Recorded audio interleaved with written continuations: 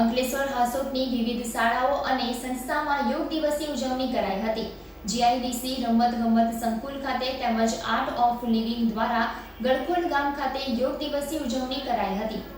હાસોટ તાલુકાની પ્રાથમિક શાળા સાહુલમાં આંતરરાષ્ટ્રીય યોગ દિવસના દિને શાળાના આચાર્ય નિલેશકુમાર ડાયાભાઈ સોલંકીના માર્ગદર્શન હેઠળ હર ઘર યોગ થીમ અંતર્ગત યોગનું આયોજન કરવામાં આવ્યું હતું, જેમાં શિક્ષકો તેજસકુમાર, જનકકુમાર, ગ્રામજનો સહિત બાળકો જોડાયા હતા।